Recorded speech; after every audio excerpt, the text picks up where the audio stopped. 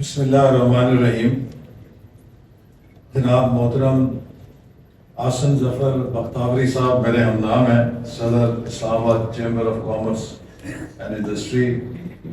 جناب خالد اقبال ملک صاحب chairman founders group, ظفر بختیاری صاحب، حافظ حفیظ الرحمان صاحب، شیخ جمشید صاحب، مقصود تابر صاحب، اصغر عباسی صاحب، میاں منان صاحب، اجمل بلوچ صاحب اور تمام دیگر میرے معزز سابق صدور جو سامنے بیٹھے ہیں اسلام آباد چیمبر کے، اور معزز خواتین و حضرات. سب سے پہلے تو میں آپ سب کا دل کی گہرائیوں سے شکریہ ادا کروں گا کہ آپ نے آج ایک بہت ہی اہم موضوع پر، جو کہ آج پوری قوم جس کے بارے میں بہت متفکر ہے، اس پہ دعوت دی کہ میں اظہار خیال کر سکوں اور آپ کے خیالات سے بھی مستفید ہو سکوں. مجھ سے پہلے جتنے مقرر آئے انہوں نے نہایت ہی مفید اپنے خیالات کا اظہار کیا، جس سے ان کی جو اس وقت کنسرنز ہیں وہ بھی سمجھنے میں مدد ملی اور ان کی رہنمائی بھی حاصل ہوئی. دیکھیے، پاکستان کا یہ 75ویں آزادی ہم منا کے 76ویں سال میں داخل ہو چکے ہیں.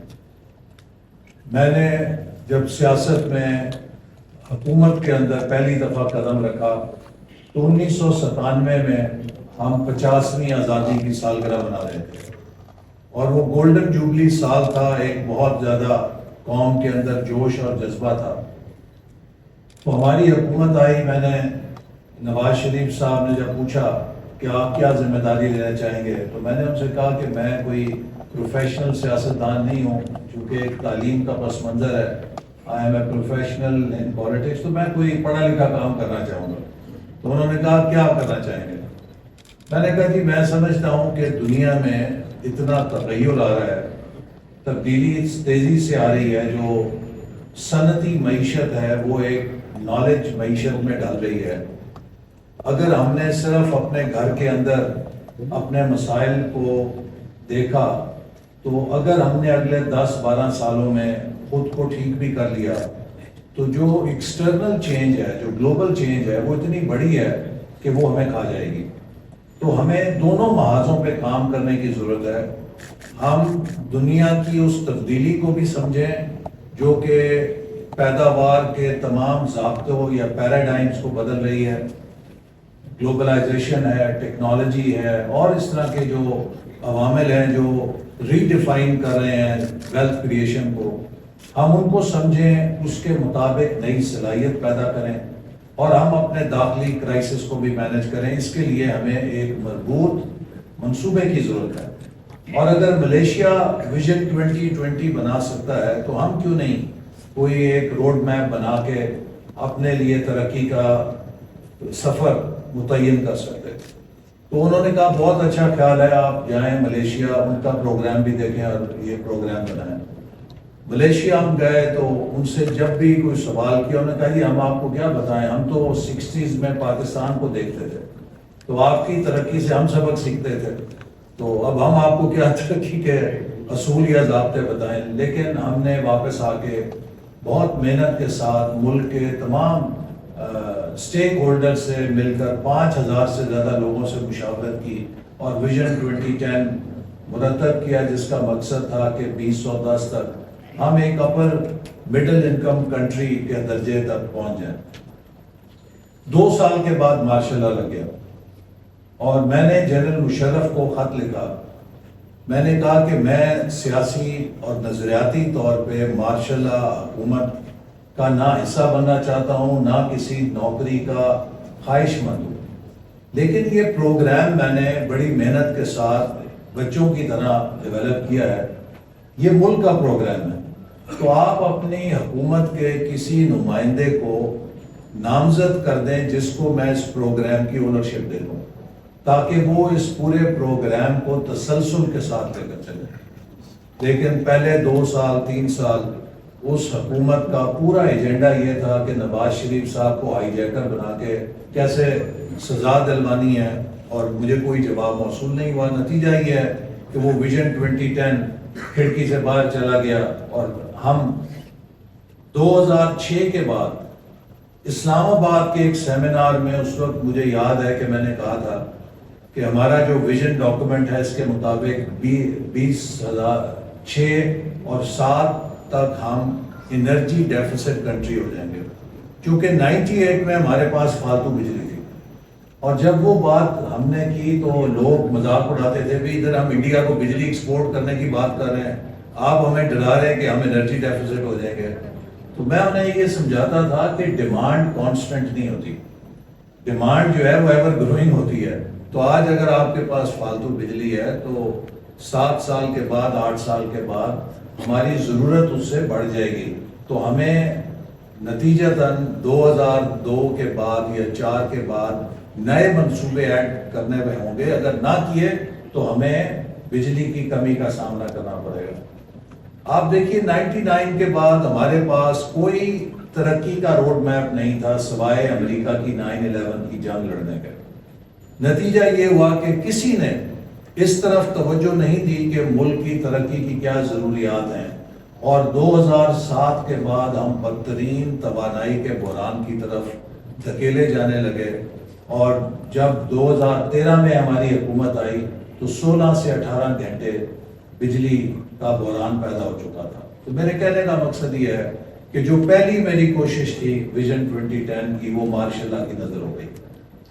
2013 میں پھر ہم حکومت میں آئے تو نواز شریف صاحب نے کہا کہ آپ کون سا پورٹ فولیو لینے چاہیں گے، کیونکہ اب 2013 تک ہم بھی پارٹی میں ذرا سینئر رہنماؤں میں آ گئے تھے۔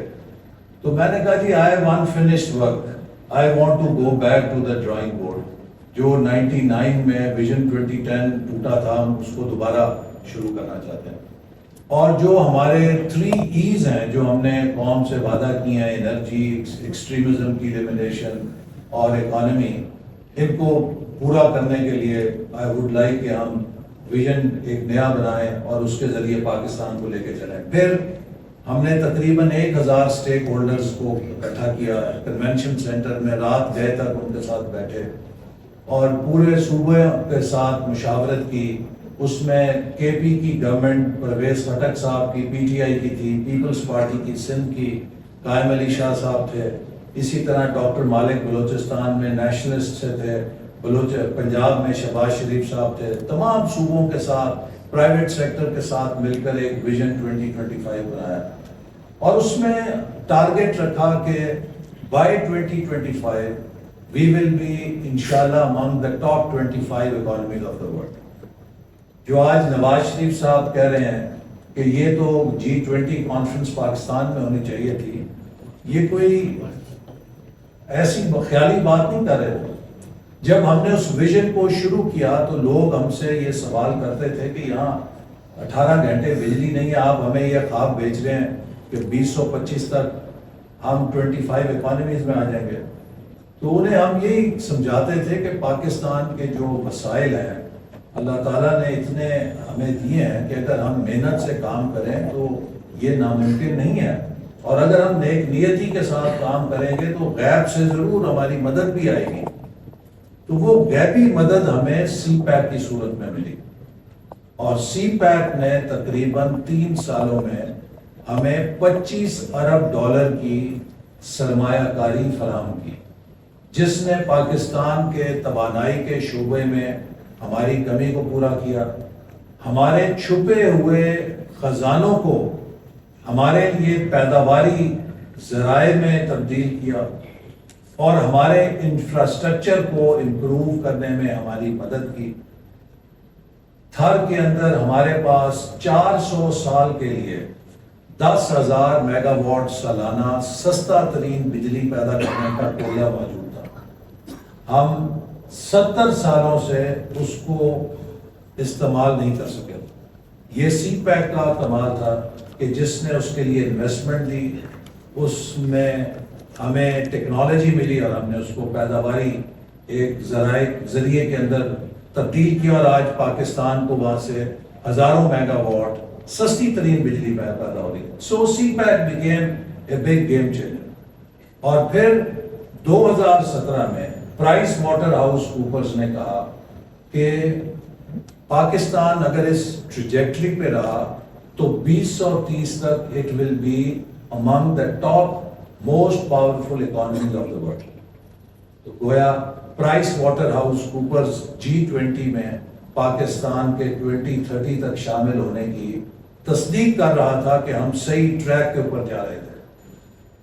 اس وقت پوری دنیا میں اکانومسٹ انٹیلیجنس یونٹ جو ہے بڑا مستند سمجھا جاتا ہے. ان کی جو رپورٹ شائع ہوتی ہے کہ یہ جو پیشن گوئی کرتے ہیں, فور کاسٹ کرتے ہیں, یہ بڑی مستند ہوتی ہے.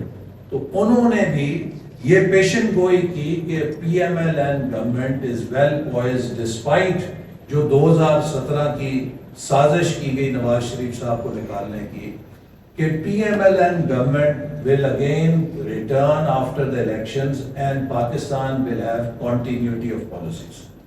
تو دنیا بڑی مطمئن تھی کہ 2017 میں ایک بڑا پاکستان کے ساتھ حادثہ ہوا نواز شریف صاحب کی نااہلی کا, جس کے بارے میں آج سب کو معلوم ہو گیا ہے کہ وہ کوئی بھی پاناما نہیں تھا, کوئی قانون نہیں تھا, وہ ایک سازش تھی. اور اس کے تحت پاکستان کو ایک جھٹکا دیا گیا, وہ ترقی کا سفر توڑا گیا. لیکن اس کے باوجود انٹرنیشنل کمیونٹی فیلٹ ری ایشورڈ کے الیکشن کے بعد اگر PMLN واپس آ جائے گی تو وہ پالیسیز جو نواز شریف صاحب شروع کر کے گئے ہیں ان کا تسلسل ہوگا. لیکن 2018 میں ایک انجینئرنگ کی گئی, چینج آف رجیم کی گئی, اور ایک ایسی حکومت لائی گئی کہ جس کے سربراہ نے آج تک ایک یونین کاؤنسل نہیں چلائی. اور اس کا نتیجہ وہی ہوا کہ جو اگر آج آپ اپنی گاڑی کے اوپر ایک اناڑی ڈرائیور کو بٹھائیں گے تو وہ یہاں دفتر سے باہر آپ کو منزل پہ گھر تک نہیں لے کے جائے گا, یا کسی بس کے ساتھ ٹکرائے گا, کسی درخت میں مارے گا, کسی دیوار کے ساتھ ٹکر مارے گا, اپنا سر بھی پھاڑے گا اور گاڑی کا بھی ایکسیڈنٹ کرے گا. تو آج ہم جو حالات دیکھ رہے ہیں, سوال یہ ہے کہ جو سب ہمارے پیش رو مقررین نے بھی اٹھایا کہ کیا مسئلہ ہے کہ پاکستان کی گاڑی کیوں نہیں چل رہی. یہ ایک بڑا بنیادی سوال ہے. ہمارے اندر کیا صلاحیت کی کمی ہے, کیا ہمارے اندر دیانت کی کمی ہے, کیا ہمارے اندر سوچ کی کمی ہے, کیا ہمارے اندر وسائل کی کمی ہے. آخر وہ کیا چیز ہے کہ جو ہندوستان اور بنگلہ دیش میں ہم سے برتر ہے کہ وہ ہمیں پیچھے چھوڑ گئے اور ہم ان سے آگے نہیں رہ سکے, وہ ہمیں اوورٹیک کر گئے.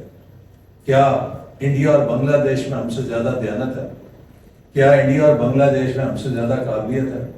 کیا انڈیا اور بنگلہ دیش میں ہم سے زیادہ وسائل ان کے پاس ہے؟ دیکھیے, آپ جاپان سب سے پہلا ملک تھا کہ جس نے ایشین میریکل کیا تھا. دوسری جنگ عظیم کے بعد Japan was the first country in Asia to perform miracle. اس کو کاپی کیا ساؤتھ کوریا نے, اور جاپان اور ساؤتھ کوریا کی تقلید کی ملیشیا نے, چائنا نے, ویتنام نے, سنگاپور نے, انڈیا نے, دوسرے ہمارے ایسٹ ایشین اکانومیز نے. اور یہ سب ایک کامیاب معیشتوں کے نمونے بن گئے.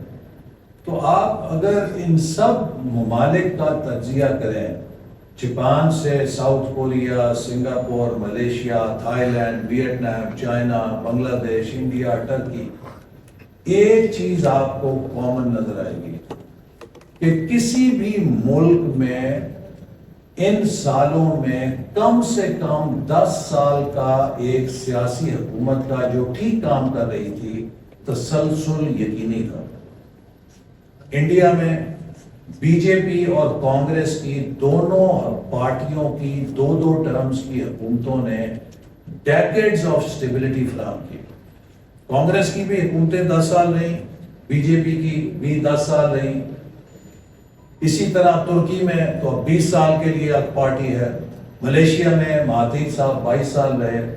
اسی طرح جاپان میں, ساؤتھ کوریا, چائنا, ہر جگہ آپ کو ایک پولیٹیکل کنٹینیوٹی اور سٹیبلٹی نظر آتی ہے. 4 چیزیں ہیں کہ جو ہر کامیاب ملک نے یقینی بنائی ہیں. پیس, امن, جو ابھی حفیظ الرحمان صاحب کہہ رہے تھے کہ پہلی شرط ہے ترقی کی, جی بی میں پیس ہوا تو اس کے نتائج نکلے. دوسری اسٹیبلٹی, کہ وہاں پہ استحکام ہو, اور استحکام سے جڑا ہوا کم از کم ڈیکیڈ لانگ کنٹینیوٹی کا فریم ورک ہو پالیسیز کا. یہ نہیں کہ ہر 6 مہینے بعد 2 سال بعد پالیسیاں یو ٹرن ہو جائیں. کم از کم 10 سال کے لیے ایک یکساں پالیسی کا فریم ورک ہو جس میں کہ سرمایہ کار انویسٹر اس ملک کے اندر سرمایہ کاری کر سکے. اور چوتھی چیز کنٹینیوس ریفارم. چونکہ اب دنیا بہت تیزی سے بدل رہی ہے, مارکیٹ پلیس تیزی سے بدل رہی ہے, ٹیکنالوجی چینجز لے کر آ رہے ہیں, کمپٹیشن اپنے آپ کو تیزی سے گرو کر رہا ہے. تو ہر ملک کو بھی کنٹینیوسلی ریفارم کرنے کی ضرورت ہے. اگر آپ جامد ہو جائیں گے تو آپ کا حشر بھی نوکیا اور بلیک بیری جیسا ہوگا. کتنے بڑے جائنٹس تھے وہ کہ کوئی تصور ہی نہیں تھا موبائل فون میں نوکیا اور بلیک بیری کے علاوہ کسی فون کا تصور کر سکے. یہ چند سال 3 4 سال 5 سال پرانی بات ہے. آج وہ صفحہ ہستی سے مٹ گیا. That shows the speed of innovation and change in today's economy. کہ جو معیشتیں یا جو مصنوعات یا جو کمپنیاں اپنے ماحول کی تبدیلی سے لا تعلق ہوں گی, کس تیزی کے ساتھ, چاہے وہ کتنی بڑی کامیابی کے زینے پہ ہوں, وہ صفحہ ہستی سے بیٹھ سکتی ہیں. تو اس لیے کنٹینیوس ریفارم, تاکہ آپ خود کو نئے رجحان کے ساتھ رکھیں, تاکہ آپ مسلسل آگے بڑھ سکیں. تو یہ وہ چیزیں ہیں جن کی روشنی میں اکثر ایک سوال سوچتا تھا. آج اسلام آباد چیمبر میں آنا ایک تاریخی واقعے کی بھی یاد دلاتا ہے کہ 28 مئی 1998 کو میں اسی چیمبر میں مخاطب تھا جب پاکستان نے ایٹمی دھماکے کیا تھا اور ہم ایک ایٹمی قوت بنے تھے. ایک پیراڈاکس جو ہمیشہ میرے ذہن میں بھی تھا کہ یہ ملک اور یہ قوم جس کو دنیا کا کوئی ملک ایٹمی طاقت نہیں دیکھنا چاہتا تھا, کوئی ہمیں ایٹمی صلاحیت دینے کے لیے تیار نہیں تھا. جہاں کہیں پتہ لگتا تھا کہ ہمارا کوئی اسکالر کسی نیوکلیئر انجینئرنگ کے پروگرام میں پڑھ رہا ہے تو اس کو اس یونیورسٹی سے داخلہ ختم کر دیا جاتا تھا کہ ان کی رسائی نہ ہو جائے نیوکلیئر ٹیکنالوجی کا. تو ہمارے لیے بڑے محدود ذرائع تھے جن سے ہم جا کے نیوکلیئر ایجوکیشن بھی لے سکتے تھے. تو ہر طرف سے ہمارا گھیرا ڈال کے راستہ بند کیا گیا تھا کہ ہم ایٹمی طاقت نہ بن جائیں. لیکن اس کے باوجود ہم دنیا کی 7ویں ایٹمی طاقت بن گئے. لیکن ہمارے پاس بہترین کھیت ہیں, ہمارے پاس پانی بھی ہے, ہمارے پاس 4 موسم بھی ہیں, لیکن ہم 8 سے 10 ارب ڈالر کی زراعت امپورٹ کرتے ہیں, مصنوعات زرعی. ہمارے پاس بہترین دماغ ہیں, ہمارے پاس ہر معدنیات ہیں, ہر وسائل ہیں, لیکن ہم اکانومی کے میدان کے اندر آج بھی ڈیفالٹ کی تلوار کے نیچے رہ رہے ہیں. پوری دنیا ہماری مدد کرنا چاہتی ہے. ورلڈ بینک سے ہم نے پیسے لیے, یو ایس ایڈ سے پیسے لیے, برٹش ان کی ڈیفڈ سے پیسے لیے, تعلیم کے نام پہ پیسے لیے, صحت کے نام پہ پیسے لیے. آج بھی 2.5 کروڑ بچے ہمارے تعلیم سے محروم ہیں. آج بھی پاکستان دنیا میں ہیپیٹائٹس اور ڈائبٹیز کا سب سے بڑا شکار ملک کے طور پہ ہے. حد یہ کہ افریقہ کے ملکوں نے پولیو ختم کر دیا, ہم ابھی بھی پولیو کو ختم کرنے کے لیے کوشش میں لگے ہوئے ہیں. تو کیا یہ پیراڈاکس نہیں ہے کہ ایک ملک کہ جہاں اس کو کوئی مدد کرنے کے لیے تیار نہیں تھا, اس شعبے میں تو اس نے وہ کام کر دیا کہ جو ناممکن تھا, اور وہ شعبے کہ جہاں ہر کوئی ہماری مدد کرنے کے لیے تیار ہے اور ہماری پشت پہ کھڑا ہے, ہم وہاں پر مسلسل ناکام ہو رہے ہیں. تو یہ سوال میں نے پاکستان کے جو 2 عظیم سائنسدان تھے, ڈاکٹر اے کیو خان اور ڈاکٹر اشفاق احمد, جو اٹامک انرجی اور KRL کے چیئرمین تھے, ہمارے اس ایٹمی پروگرام کے کامیاب سربراہان تھے. وہ جب ایٹمی دھماکوں کے بعد ایک پروجیکٹ کے لیے کسی میٹنگ کے لیے میرے پاس پلاننگ منسٹری میں آئے, تو میں نے ان سے یہی سوال پوچھا کہ ڈاکٹر صاحبان یہ بتائیں کہ اس شعبے میں ہم کامیاب ہو گئے، باقی تمام شعبوں میں ہم ناکام ہوتے ہیں، تو اس کامیابی کی کیا وجہ ہے؟ انہوں نے 6 باتیں مجھے جہاں تک یاد ہے اس میٹنگ سے کہیں، اور میں سمجھتا ہوں کہ ان 6 باتوں کے اندر ہماری قومی کامیابی کا پورا نسخہ بند ہے کہ اگر ہم اس فارمولے کو قومی سطح پہ اپنا لیں جو ہم نے ایٹمی پروگرام کے لیے اپنایا تھا، تو ہم ایک ایٹمی معیشت بھی بنا سکتے ہیں۔ ہم ایک ایسا دھماکہ جو ہم نے ایٹمی دھماکہ دفاع کے لیے کیا، ہم اپنی معیشت میں بھی وہ ایٹمی دھماکہ کر کے ایک عظیم معیشت بن سکتے ہیں۔ انہوں نے کہا سب سے پہلی بات یہ ہے کہ ہم اس لیے کامیاب ہوئے کہ ہمارے آرگنائزیشنز میں ایک شیئرڈ ویژن تھا، ہم سب کے سامنے ایک مقصد تھا، اور وہ مقصد صرف سربراہ کا نہیں تھا، وہ مقصد صرف انجینئر کا نہیں تھا۔ ہماری آرگنائزیشن کا جو خاکروب تھا یا نائب قاصد تھا یا ڈرائیور تھا، وہ بھی یہ سمجھتا تھا کہ میں پاکستان کے ایٹم بم بنانے کے لیے کام کر رہا ہوں۔ تو ایک شیئرڈ ویژن تھا، ایک مقصد تھا، اور اس مقصد میں سب لوگ شریک تھے اور سب اس کو اپنے جاب کے ساتھ لنک کرتے تھے۔ اگر ایک تاجر دکان پہ بیٹھا ہے تو وہ یہ نہیں سمجھتا تھا کہ میں یہاں پہ صرف اپنا مال بنانے کے لیے بیٹھا ہوں، وہ یہ بھی سمجھتا تھا کہ میں پاکستان کے لیے اس کی معیشت کے لیے ویلیو ایڈیشن کرنے کے لیے بیٹھا ہوں۔ میرا تعلق پاکستان کی معیشت سے بھی ہے، میرا تعلق صرف میرے کاروبار سے نہیں ہے۔ یہ لنک جو ہے کہ آپ کی جاب اور آپ کے پرپز، جو بڑا پرپز ہے، اس میں شمولیت سب لوگوں کی بڑی اہم ہوتی ہے کسی بھی کامیابی میں۔ تو انہوں نے کہا یہ سب سے بڑی تو وجہ کی۔ دوسری وجہ انہوں نے کہی کہ یہ تھی کہ ہمارے ہاں کوئی بھی چیئرمین 6 اور 8 سال سے کم سرو کر کے نہیں گئے۔ اس میں مجھے یاد ہے کہ ڈاکٹر ایکیو خان نے جملہ کسا اور کہا کہ جناب اگر ہمارے چیئرمین بھی آپ کے وزیر اعظموں کی طرح آتے جاتے تو ہم نے ایٹم بم نہ بنایا ہوتا، ہم نے پھول جڑیاں بنائی ہوتی۔ تیسری چیز انہوں نے کہی کہ ہم نے اپنے آرگنائزیشنز کو حد الوسع میرٹ کے اوپر چلانے کی کوشش کی۔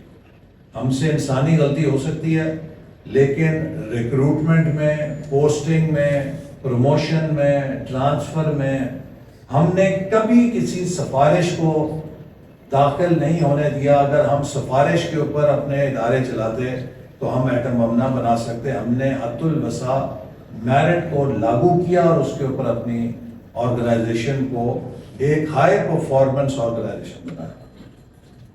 چوتھی چیز انہوں نے کی کہ ایٹم بم مشینوں نے نہیں بنایا، ایٹم بم انسانوں نے بنایا۔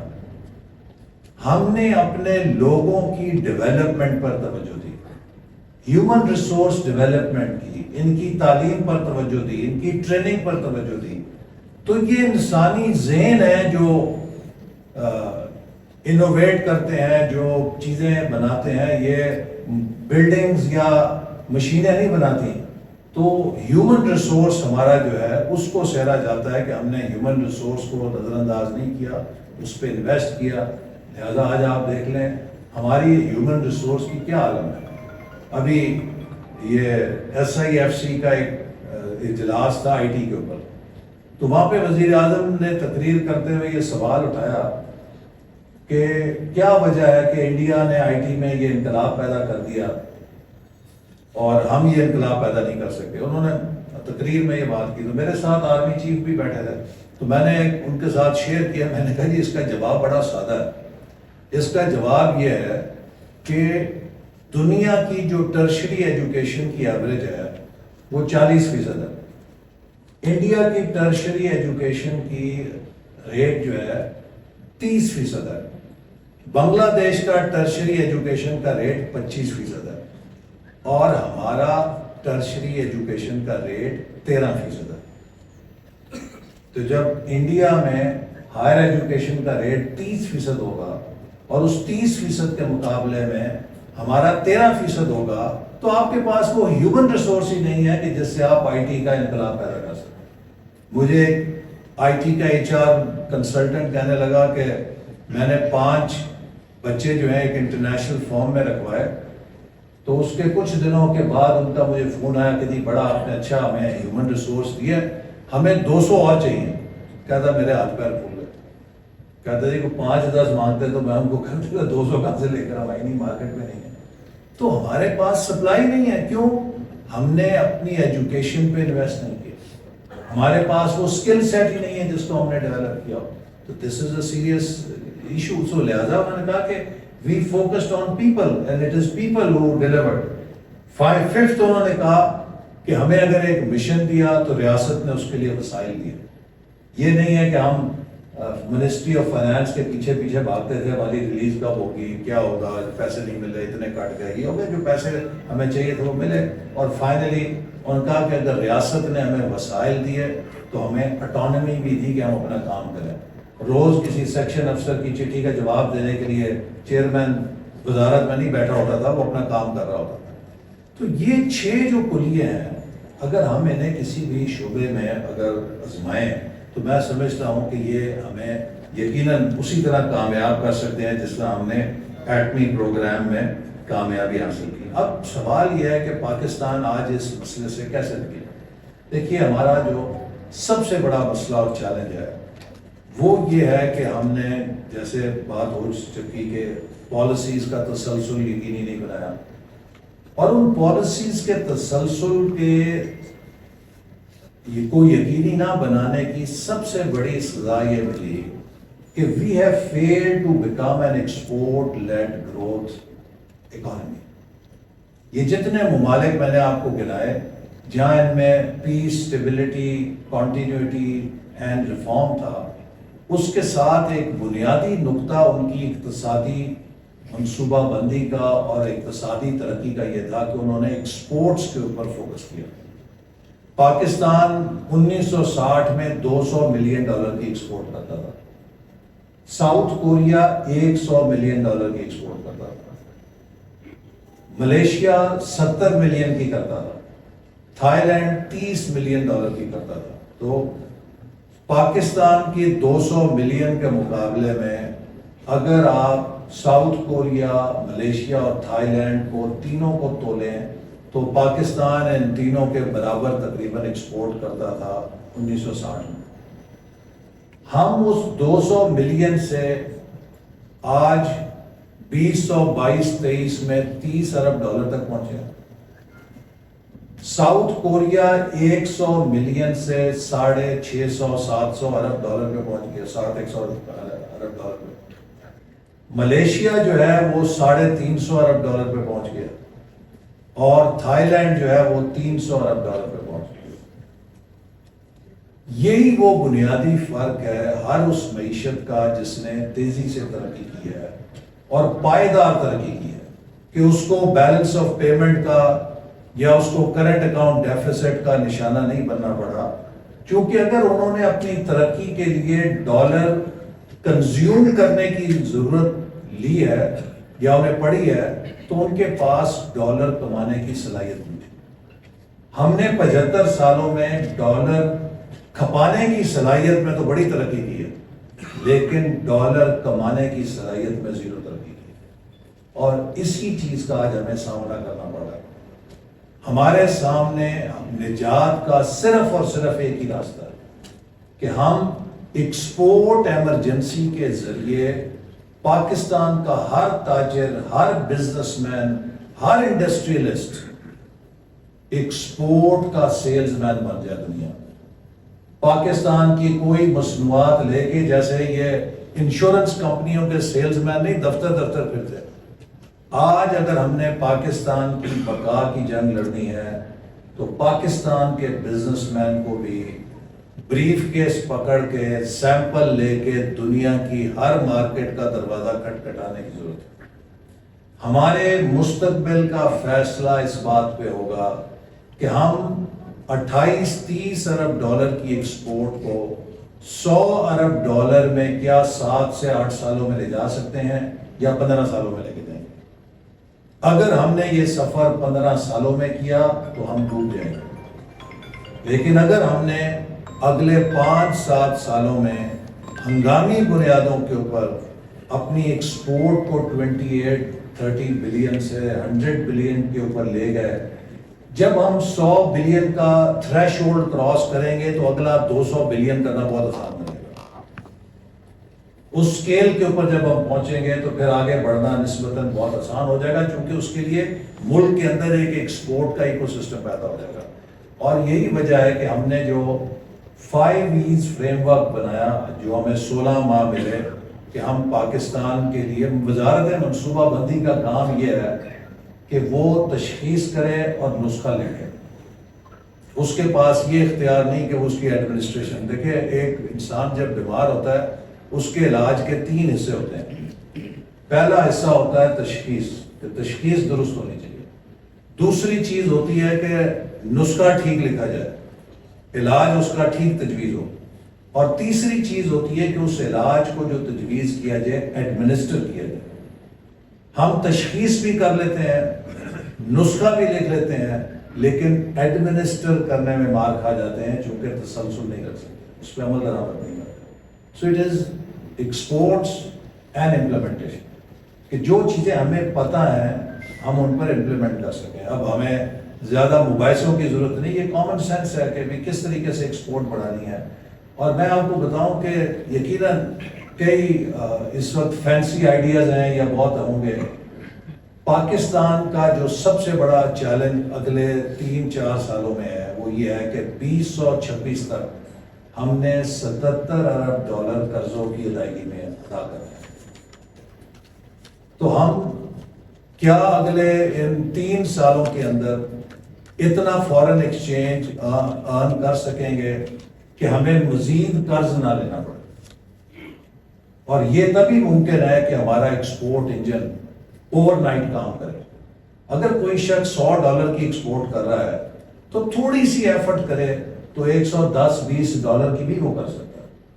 $15-20 اس میں فالتو لانے کوئی بڑی بات نہیں ہے, ایک ایکسٹرا ایفرٹ کی ضرورت ہے نا. اگر آپ $100 کی ایکسپورٹ کر رہے ہیں 100 ملین کی, تو آپ 100 ملین سے 120 ملین پہ بھی جا سکتے ہیں. جو 400 ملین کی کر رہا ہے وہ 400 سے کوشش کرے 450 پہ چلا جائے.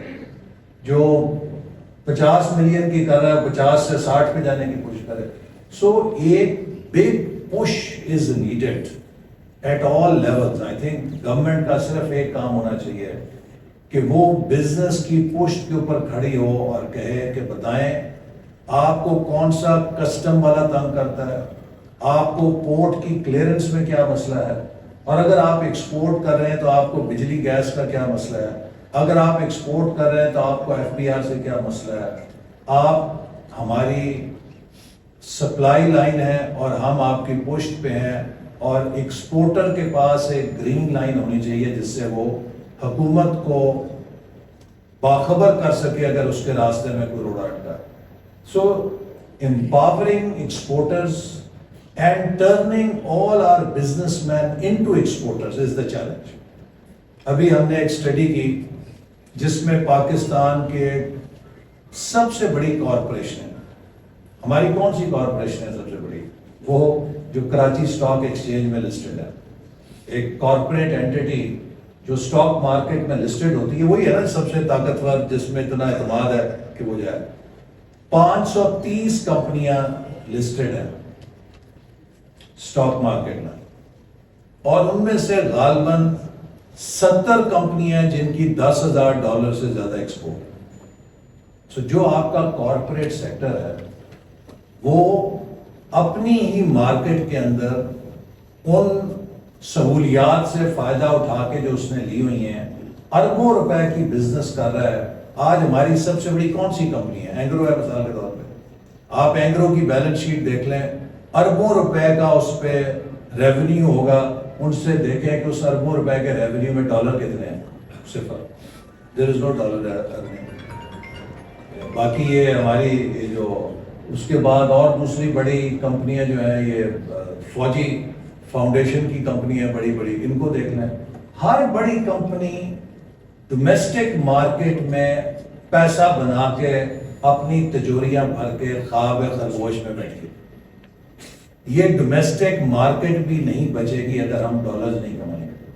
تو لہٰذا ہمارا جو بہترین مینیجیریل کیپٹل ہے وہ تو کارپوریٹ سیکٹر میں ہے نا. تو پاکستان کا best managerial capital is not invested in export sector. So شاید ہمیں ہنگامی طور پہ 2 یا 3 یا 4 بڑی ٹریڈنگ کمپنیاں قائم کرنے کی ضرورت ہے کہ جو پاکستان کے پرائیویٹ سیکٹر کو جوڑیں انٹرنیشنل مارکیٹس کے ساتھ. ہمارا جو انٹرپرینور ہے، اسمال میڈیم انٹرپرائز کا جو پروڈیوسر ہے، اس کو لنک کریں انٹرنیشنل مارکیٹ کے ساتھ. اور اب جو ڈیجیٹل ریولوشن آ گیا ہے اس نے تو بہت آسان کر دیا ہے کہ آپ انٹرنیشنل مارکیٹ کے ساتھ اگر کسی گاؤں میں بھی بیٹھ کے پروڈکشن کر رہے ہیں تو آپ اس کے ساتھ جڑ سکتے ہیں. تو ہم کس تیزی کے ساتھ اس ٹیکنالوجی کا فائدہ اٹھائیں اور اس سے اپنی مصنوعات کو پوری دنیا میں میڈ ان پاکستان کے برانڈ کو ایک کوالٹی برانڈ بنائیں، اپنے ملک کا برانڈ، اپنی پروڈکٹ کا برانڈ بنائیں. یہ چیلنج ہے. Today is a world of brands. What is apple? یہ ایپل کا جو فون اب آپ آئی فون 15 آیا ہے، اس کی جو ٹیکنیکل اسپیسیفکیشنز ہیں اس کے برابر آپ کو چین کے 10 فون میں نکال کے دے دوں گا جو قریب اتنا ہی ان کا پکسل ہوگا کیمرے کا بھی اور ان کا پروسیسر بھی ہوگا. لیکن جو آئی فون بکتا ہے $1,000 کا، اگر آپ اس کے اندر جو اس کا سامان ہے اس کو دیکھیں تو بمشکل $200-300 کا ہوگا. وہ کس چیز کا پریمیم لے رہے ہیں؟ برانڈ کا. This world is now world of brand. اگر آپ کے پاس برانڈز نہیں ہیں تو آپ ویلیو میکسیمائزیشن نہیں کر سکتے اپنی پروڈکٹ. آج دیکھیے کہ ہمارے ہمسایہ ملک سے برانڈ اٹھ رہے ہیں جو دنیا میں جا رہے ہیں گلوبل. ہم نے کتنے برانڈز پیدا کیے ہیں جن کو ہم گلوبل نہ کہیں ریجنل ہی کہیں. ہمارے تو نیشنل برانڈز بھی بڑے کم ہیں جو ہم نے بنائے ہیں. سو لہٰذا یہ وہ چیزیں ہیں جو نئی اکانومی میں جانے کے لیے اور ایکسپورٹ اکانومی میں خود کو مضبوط کرنے کے لیے ہمیں توجہ کرنے کی ضرورت ہے. اور اس کے لیے ہم نے منسٹری آف پلاننگ سے پہلی دفعہ ایک national centre for brand development کا منصوبہ اپروو کیا ہے جسے ابھی لانچ کیا جائے گا، جس کا مقصد یہ ہے کہ پاکستان کے بزنس سیکٹر کے ساتھ مل کر وہ برانڈ ڈیولپمنٹ کرے جو ہماری بے شمار بڑی ہائی کوالٹی پروڈکٹس ہیں لیکن ہم انہیں اجاگر نہیں کر پاتے. ہمیں پتہ ہی نہیں ہے کہ اس کو کس طرح ایک اچھا برانڈ بنا کے پیش کرنا ہے. تو اگر ہم یہ کریں تو یقیناً اس کی ویلیو، ہماری قیمت بھی، مارجن بھی بڑھے گا اور ہماری اس کی مارکیٹ بھی زیادہ سیکیور ہوگی. آپ دیکھیے، میں آپ کو مثال دیتا ہوں. ہم کارپیٹس بناتے تھے، ہم کارپیٹ بناتے تھے اور دنیا میں بیچتے تھے کہ جی ہم سستا کارپیٹ بناتے ہیں. ہماری جی لیبر کاسٹ بڑی کمزور ہے، ہم گاؤں کے اندر سستا لیبر لے کے اس سے کارپیٹ بنا کے، لیکن پیٹرن ہمارے وہ پرشین ہی ہوتے تھے کہ جی پرشین رگ جو ہے ہم سستا بنا کے مارکیٹ میں بیچیں گے. جس دن آپ سے سستا بنانے والا ملک آ گیا، آپ کی ساری انڈسٹری بند ہو گئی. کارپیٹ چین نے جب سستے بنانے شروع کیے تو وہ آپ سے چھین کے لے گیا اور آپ فارغ رہ گئے. اگر ہم نے اس کارپیٹ انڈسٹری نے انویسٹ کیا ہوتا ریسرچ اینڈ ڈیولپمنٹ میں اور کوئی پاکستانی ڈیزائنز بنا کے پیٹنٹ کیے ہوتے تو ان پاکستانی ڈیزائنز کا خریدار آج بھی موجود ہوتا. لیکن ہم کسی کی نقل مارتے تھے اور سستا مال بناتے تھے، اور جب ہم سے کوئی زیادہ سستا مال بنانے والا آیا تو وہ مارکیٹ لے گیا اور ہم فارغ ہو گئے. تو یہ جو چیز ہے اس کے اوپر ہمیں توجہ کرنے کی ضرورت ہے. اسی طرح سی پیک میں ہم نے اتنا کام کیا. ابھی ہم نے اسٹڈی کی، چائنا $2700 ارب کا مال امپورٹ کرتا ہے. ہمارا دوست ملک ہے اور وہ ہم سے چاہتا ہے کہ تجارت بڑھائے. $2700 ارب کی وہ سالانہ امپورٹ کرتا ہے اور ہم اس کو کتنی ایکسپورٹ کرتے ہیں؟ $3 ارب. اب اس کا کیا جواب؟ ہمیں کم سے کم بھی 50 60 70 80 ارب ڈالر کی ایکسپورٹ کر رہے ہونا چاہیے تھا چائنا. اگر 100 ارب نہیں تو ہم اگر اتنی بڑی ہمارے پاس منڈی ہے، ایک مارکیٹ ہے، پوری دنیا چائنا مارکیٹ کو فوکس کر کے وہاں پر آئی ہوئی ہے. ہمارا ایک دوست ملک ہے اور ہم کئی چیزیں ایسی ہیں کہ جو بنا کر وہاں بیچ سکتے ہیں، ہم نے کبھی توجہ نہیں کی. اب ان کے پاس اتنی بڑی مارکیٹ ہے، آبادی ہے جس میں ایگریکلچر پروڈکٹس. میں ابھی بیجنگ میں تھا تو وہاں پر ایک مجھے ملا چائنیز بزنس مین، وہ کہتا کہ I am ready to purchase $1 billion meat from Pakistan, life beef کا، اور کہ جی میں $1 بلین کا گوشت آپ سے امپورٹ کرنے کے لیے تیار ہوں. لیکن اس نے کہا اگر میں نے کی تو پاکستانیوں کی ریچ سے، ان کے دسترس سے، لوکل مارکیٹ سے گوشت غائب ہو جائے گا. بیف کی قیمت آپ کی 10 گنا بڑھ جائے گی، چونکہ سارا جانور ہم کھینچ لیں گے. آپ نے پروڈکشن کی طرف، ایکسپورٹیبل سرپلس بنانے کی طرف توجہ ہی نہیں کہ آپ کے پاس وہ ایکسپورٹیبل سرپلس ہی نہیں ہے کہ جو آپ ایکسپورٹ کر سکیں.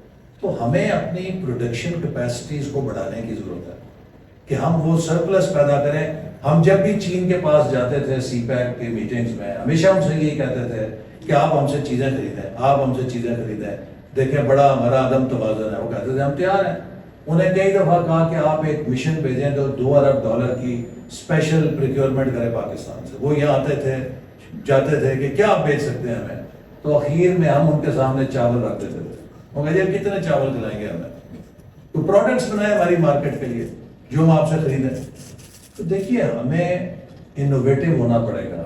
ہمیں ایک مارکیٹنگ اپروچ کے ساتھ دنیا کی منڈیوں میں نکلنا پڑے گا، اپنے کاروبار کے لیے نہیں، ملک کی معیشت کو بچانے کے لیے. میں نے آپ کو بتایا کہ اگلے 3 سالوں میں $77 ارب ہمیں قرضوں کی ادائیگی کرنی ہے.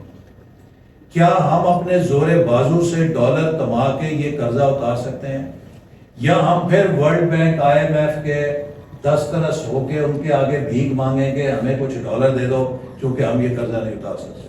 تو جب وہ آپ کو قرضے دیں گے تو اپنی شرطیں بھی دیں گے، وہ اپنی کنڈیشنالٹیز بھی دیں گے جو آج ہم جن سے بھگت رہے ہیں. تو لہٰذا یہ انتہائی ضروری ہے کہ اس وقت ایک ہی راستہ ہے پاکستان کے لیے. میں چونکہ وقت کافی لمبا ہو گیا ہے، میں کافی نکات اور بھی ہیں جو میں نہیں کرنا چاہتا کہ اس وقت کروں کیونکہ پھر ہم پھنس جائیں گے. پاکستان کے لیے اپرچونٹی کے 2 راستے ہمیں کھلے ہیں. سی پیک ابھی آپ کو پتہ ہے کہ چائنا کے نائب وزیر اعظم آئے تھے اور ان کا پاکستان آنا 10ویں سی پیک کی سالگرہ پہ پریزیڈنٹ شی کے نمائندے کی طور پہ بہت معنی رکھتا ہے. وہ ایک انہوں نے دوبارہ تجدید کی ہے سی پیک کی، اور یہ تجدید اس لیے کی ہے کہ ہماری حکومت نے 16 مہینے میں ان کا اعتماد بحال کیا. میں آپ کو 2-3 مثالیں دیتا ہوں کہ کس طرح گوادر کو پچھلے 4 سالوں کے اندر تباہ کیا گیا. سب سے پہلی چیز یہ کہ گوادر میں بجلی اور پانی کے سارے منصوبوں پہ کام روک دیا گیا اور وہاں کے عوام میں بے چینی پیدا کی گئی کہ وہ سی پیک کے خلاف مظاہرے کریں کہ جی ہمیں کیا ملے گا سی پیک میں.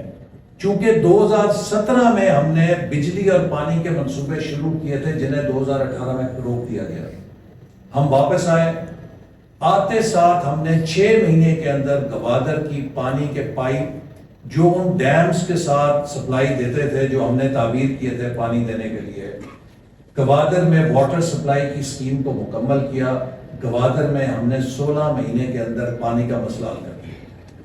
ہم نے 10 مہینوں کے اندر ایران سے 100 میگا واٹ کی 29 کلومیٹر کی ٹرانسمیشن لائن، اس کے لیے فنڈز فراہم کر کے اس ٹرانسمیشن لائن کو مکمل کر کے گوادر کے لیے 100 میگا واٹ ایران سے بجلی فراہم کر دی. اسی طرح گوادر کے لیے جو نیشنل گریڈ ہے، پنجگور سے آگے اس کی کنیکٹیوٹی نہیں تھی نیشنل گریڈ کے ساتھ. 1 سال میں FWO کو پیسے دے کے ہم نے گوادر کو نیشنل گریڈ کے ساتھ کنیکٹ کر دیا تاکہ اگر ایران کی بجلی کسی وقت ڈسٹربڈ ہو تو ہم نیشنل گریڈ سے بھی وہاں سپلائی دے سکیں. میں یہ کہنا چاہتا ہوں کہ اگر یہ منصوبے 14-16 مہینوں میں ہم نے پورے کر دیے تو 4 سالوں میں ان منصوبوں پہ کام کیوں نہیں کیا گیا. گوادر بندرگاہ جو ڈیپ سی پورٹ تھی، 4 سال اس کی مینٹیننس ڈریجنگ نہیں کی گئی. اس کی جو گہرائی ہے سلٹنگ کی وجہ سے 1.5 میٹر سے زیادہ کم ہو گئی اور وہاں پہ بڑا جہاز لنگر انداز نہیں ہو سکتا تھا، جبکہ اس کی وجہ شہرت ہی ڈیپ سی پورٹ تھی. ہم نے آ کے اس کی 14 ارب روپے سے دوبارہ جو ڈیسلٹنگ کے لیے مینٹیننس اس کی ڈریجنگ جو ہوتی ہے وہ شروع کی اور اس کے نتیجے میں فروری تک وہ مکمل ہوگی اور بڑے شپس دوبارہ اس بندرگاہ میں آ سکیں گے.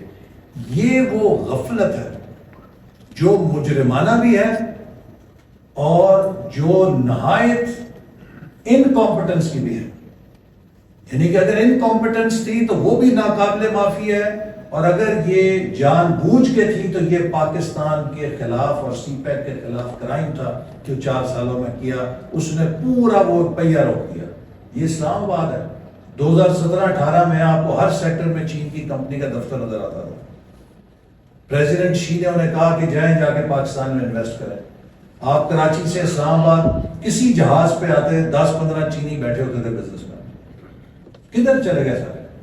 سب کو بھگا دیا. سب کو کہا تم چور ہو، تم ڈاکو ہو، تم فلانے ہو، تم فلانی انکوائری بھگتو. اور کہا جی معافی دیں ہم چلے ہیں. کوئی ویتنام چلا گیا، کوئی کمبوڈیا چلا گیا، کوئی لاؤس چلا گیا. ان کا تو بھلا ہو گیا.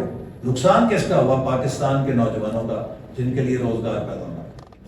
تو یہ وہ چیزیں ہیں کہ جن کے نتیجے میں ہم یہاں پہنچے ہیں. لیکن اب چین کے نائب وزیر اعظم نے آ کر جب ہم نے 16 مہینے میں اعتماد بحال کیا تو انہوں نے کہا کہ اب ہم سی پیک فیز 2 کے لیے تیار ہیں.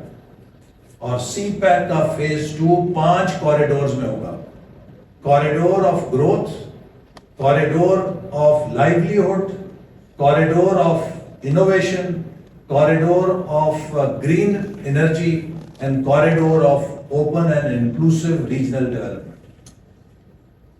یہ چین کی اب پیشکش ہے کہ آپ اگلے فیز کے لیے تیار ہیں. ہم تیار ہیں، چین تیار ہے، ہمیں بھی تیار ہونا پڑے گا اور پوری تیزی کے ساتھ اس پیشکش کا ہمیں فائدہ اٹھانا چاہیے تاکہ جو نقصان ہوا ہے اس کو ہم پورا کر سکیں. اسی طرح جو SIFC ہے جو کہ قائم کیا گیا اسپیشل انویسٹمنٹ فیسیلیٹیشن سینٹر، اس کے تحت اب ایک موقع ہے کہ ہم گلف کنٹریز کے ساتھ، جس طرح سی پیک کے ذریعے ہم نے چین کے ساتھ ایک انویسٹمنٹ کا فریم ورک بنایا، ہم گلف کنٹریز سے اپنی زراعت کے اندر، ہم اپنی مائننگ کے اندر، ہم اپنے IT سیکٹر میں اور توانائی کے شعبے جو 4 ابھی مختص کیے گئے ہیں، ان 4 میں اگر ہم انویسٹمنٹس لے آئیں تو ہمیں موقع ملے گا کہ ہم ان کو تیزی کے ساتھ ماڈرنائز کر سکتے ہیں اور ان سے ایکسپورٹ پوٹینشیل اپنا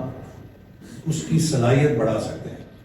تو سی پیک اور SIFC 2 اپرچونٹیز ہیں کہ جن کو اب ہمیں ضائع نہیں کرنا، کیونکہ اگر ہم نے اس بار پھر وہی غلطی کی کہ جو ہم 2018 میں کر چکے ہیں تو پھر شاید تقدیر ہمیں، وہ کہتے ہیں نا کہ افراد کی غلطیوں کی معافی مل جاتی ہے لیکن اقوام جب غلطیاں کرتی ہیں تو پھر تقدیر ان کو ایسی سزا دیتی ہے کہ پھر نسلیں اس سزا کو بھگتتی ہیں. تو اب وہ ہمارے پاس مارجن نہیں ہے. اللہ تعالیٰ کے فضل و کرم سے ہمارے پاس صلاحیت ہے. بہترین آپ لوگ جو بزنس مین ہیں، کتنے آپ لوگوں نے کامیابی کی کہانیاں بلڈ کی ہیں. اور آخری میری آپ سے یہ گزارش ہے، دیکھیے مشکلات جب آتی ہیں that is the time when societies produce success stories. Who's an entrepreneur? Entrepreneur وہ ہے کہ جو کسی پرابلم کا سوسائٹی کو سلوشن دیتا ہے اور اس سلوشن کے ذریعے وہ بلینئر بن جاتا ہے. یہ جتنے آپ آج دنیا میں دیکھیں بڑے بڑے، یہ واٹس ایپ کا جو واٹس ایپ آپ سب استعمال کرتے ہیں نا، اس کا فاؤنڈر کیا تھا؟ وہ جھاڑو لگاتا تھا کسی اسٹور میں اپنی بقا کے لیے، جینیٹر تھا، اس نے وہ کام نہیں کیا. باقی جتنے بڑے بڑے لوگ ہیں سب یہ نیچے سے نکلے ہیں، انہوں نے دیکھے پرابلمس دیکھے اور اپنی صلاحیت کو اس کو سالو کرنے کے لیے اپلائی کیا and they created winning products. So I think ان مشکلات کے اندر Pakistan is now searching for new entrepreneurs کہ جو ان مشکلات کے اندر سے سولوشنز تلاش کر کے دیں، اور اگر آپ وہ سولوشنز دیں گے تو ہم تیزی کے ساتھ آگے بڑھ سکتے ہیں. And PMLN only has this vision. I think ہمارے قائد نواز شریف صاحب کا 90 سے یہی ویژن ہے کہ strong economy is strong Pakistan. اور اگر ہم پاکستان کی معیشت کو مضبوط کرنا چاہتے ہیں تو ہمیں پرائیویٹ سیکٹر کو انیبل کرنا ہے. سرکار کے دانے ختم ہو چکے ہیں. investment has to come from private sector. And I think